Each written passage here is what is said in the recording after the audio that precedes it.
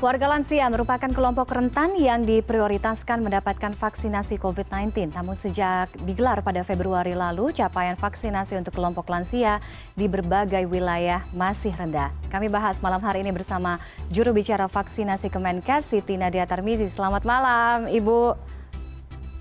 Selamat malam. Oke. Bu Nadia, sekarang kita akan bahas bagaimana kita harus mengejar vaksinasi untuk kelompok rentan seperti lansia. Tapi kenyataannya semenjak program vaksinasi bagi lansia di bulan Februari kemarin, sampai sekarang itu capaian vaksinasinya masih rendah. Apa yang menjadi kendala, Bu, sebenarnya?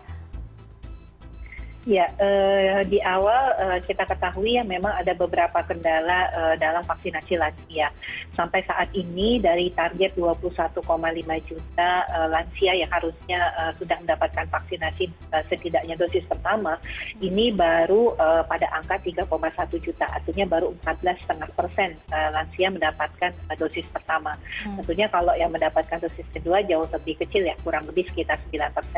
Nah, beberapa hal yang kita identifikasi di awal adalah beberapa kendala yang menyebabkan lansia tidak bisa segera mendapatkan vaksinasi adalah misalnya seperti harus melakukan pendaftaran secara elektronik ya.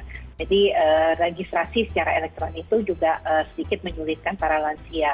Kedua adalah dia memiliki keterbatasan fisik ya untuk mendatangi fasilitas pelayanan kesehatan, puskesmas, rumah sakit ataupun sentra vaksinasi.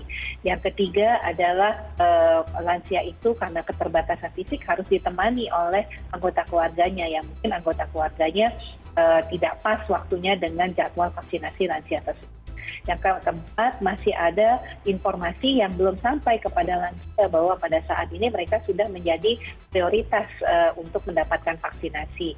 Dan yang kelima, tentunya mungkin yang menjadi kendala adalah masih banyak kabupaten kota yang belum membuka layanan untuk lansia dikarenakan memang stok vaksin kita kemarin yang masih terbatas. Nah, hal-hal ini yang tentunya sudah kita lakukan berbagai terobosan yang Mbak Tiffany, termasuk misalnya lansia bisa segera datang tanpa harus mendaftar.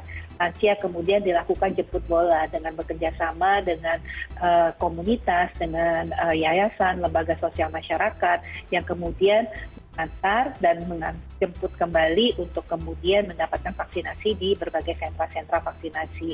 Kemudian lansia tidak perlu mendaftar vaksinnya ini berdasarkan KTP atau domisili. Jadi di mana saja lansia bisa mendapatkan vaksinasi. Oke, Bu Nadia, bagaimana kemudian strategi? Kalau tadi kan soal akses, sebenarnya kan dari pemerintah sendiri sudah memberikan kemudahan ya. Ada yang jemput bola dan lain sebagainya tadi seperti yang Ibu sampaikan. Tapi yang terjadi nih di lapangan ini perihal bagaimana sosialisasi informasi yang didapatkan. Karena banyak ini di lingkungan saya aja ya Bu ya, di keluarga itu banyak yang kayaknya belum nyampe. Oh enggak, kalau lansia enggak deh takut apa segala macam. Paling banyak itu kekhawatiran adalah soal ketakutan itu tadi. Karena kelompoknya sangat rentan, punya komorbid A, B, C, D dan sampai seterusnya lah.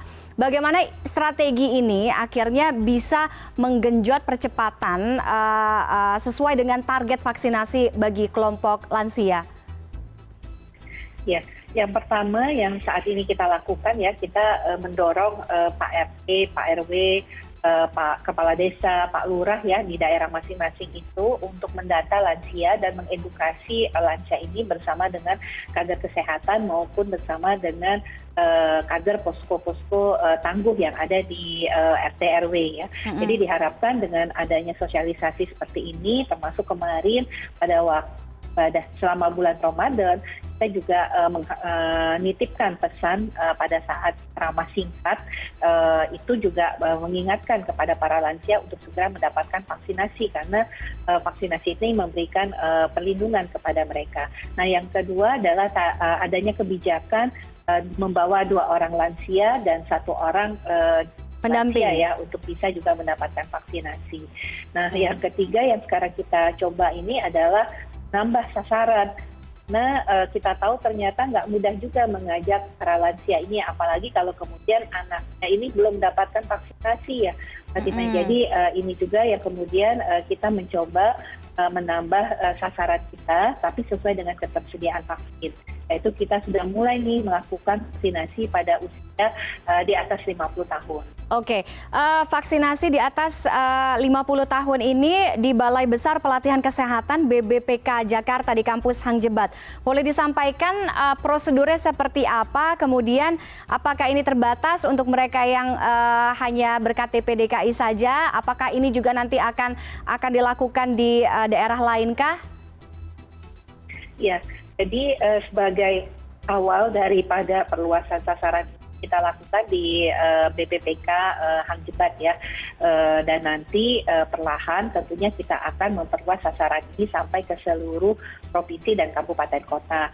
Saat ini kita sudah memberikan target untuk kabupaten kota ini mencapai pemenuhan capaian target untuk penyelesaian vaksinasi dosis tahap tadi, jadi termasuk para lansia, kemudian kepada pemberi pelayanan publik itu sampai dengan Juni seluruh provinsi itu sudah diberikan target untuk mengejarnya. Jadi nanti akan kita cukupkan kebutuhan vaksinasinya sehingga pemerintah daerah, provinsi, dan kabupaten kota bisa berkonsentrasi untuk mengejar target tersebut.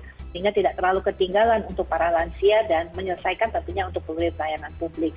Nah, di sisi lain kita akan mulai khususnya untuk usia di atas 50 tahun ini pada kota-kota besar ya, artinya seperti Jakarta, dan nanti akan kita kembangkan seperti di Surabaya, Makassar, dan Semarang juga seperti Sumatera Utara. Jadi kota-kota besar yang memang penduduknya padat dan selalu pada risiko zona penularan COVID yang cenderung hanya atau cenderung menjadi zona merah, ini yang akan kita dahulukan untuk penambahan atau perluasan vaksinasi pada usia di atas 50 tahun.